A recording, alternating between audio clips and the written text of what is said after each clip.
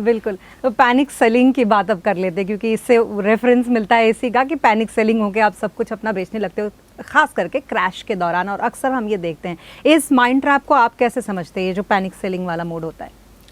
देखिए, panic selling एक बहुत नेचुरल रिएक्शन है, और स्पेशली अगर कोई इन्वेस्टर, जैसे अनिल जी ने बोला, पिछले 2-3-4 साल से ही इन्वेस्टिंग कर रहा है, तो वो तो छोटे छोटे फॉल से या मंदी से भी डर जाते हैं।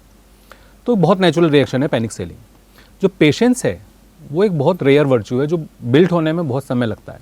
तो हमने इसको बहुत सिंपल भाषा में अपने इन्वेस्टर्स को समझाने के लिए एक 4 फोकस एरिया का एक फ्रेमवर्क बनाया, जिसके द्वारा हम इसको बहुत अच्छे से समझा पाते हैं।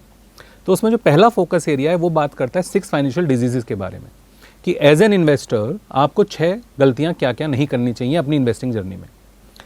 दूसरा फोकस एरिया बात करता है not all years are alike, सब साल एक जैसे नहीं होंगे।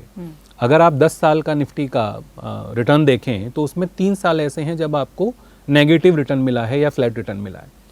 तो जो लॉन्ग टर्म इन्वेस्टर्स होते हैं, सक्सेसफुल इन्वेस्टर्स होते हैं, वो इस बात को समझते हैं, क्योंकि निफ्टी का 10 साल का जो एवरेज है, CAGR है, वो 11% है। 3 साल नेगेटिव होने के बावजूद 11% है। मतलब जो बाकी के 7 साल हैं उनका CAGR 20% या उससे ज़्यादा है। तो हम अपने इन्वेस्टर्स को पैनिक सेलिंग के टाइम पे ये समझा पाते हैं कि जब भी कभी फॉल होता है, बाकी सालों का जो CAGR है वो बहुत बेहतर होगा, तभी लॉन्ग टर्म का 10 साल का एवरेज 11-12% आएगा।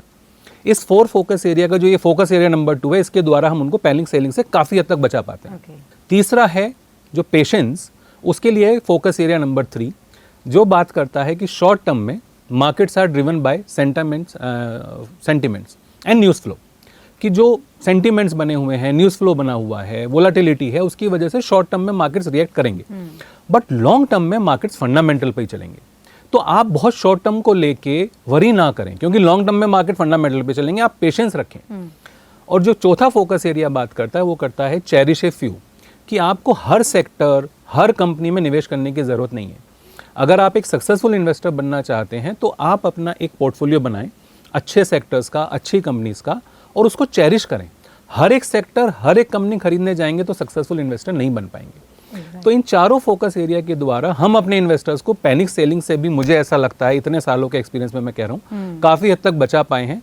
एंड पेशेंस भी टू सम एक्सटेंट तो डेवलप हो गया है, बाकी विद टाइम हो जाएगा। बिल्कुल। देखिए हमारा खास शो एडवाइजर जरूरी है, सिर्फ जी बिजनेस पर।